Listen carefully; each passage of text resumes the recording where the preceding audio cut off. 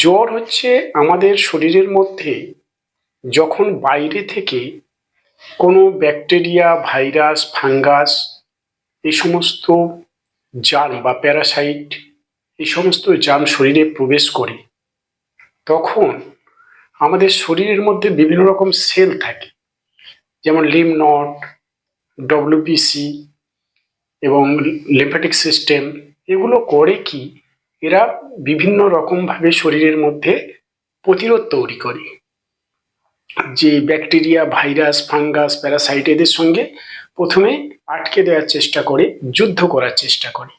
কিন্তু দেখা যায় যে কোনো মতেই যখন তাদের সঙ্গে পেরে ওঠে না, তখন শরীরের মধ্যে একটা ইনফ্লামেটারি কন্ডিশন তৈরি হয়, হয়ে তখন শরীরের টেম্পারেচার অটোমেটিক্যালি বাড়তে থাকে। সেটা হচ্ছে নর্মাল টেম্পারেচার হচ্ছে আমাদের 98.6।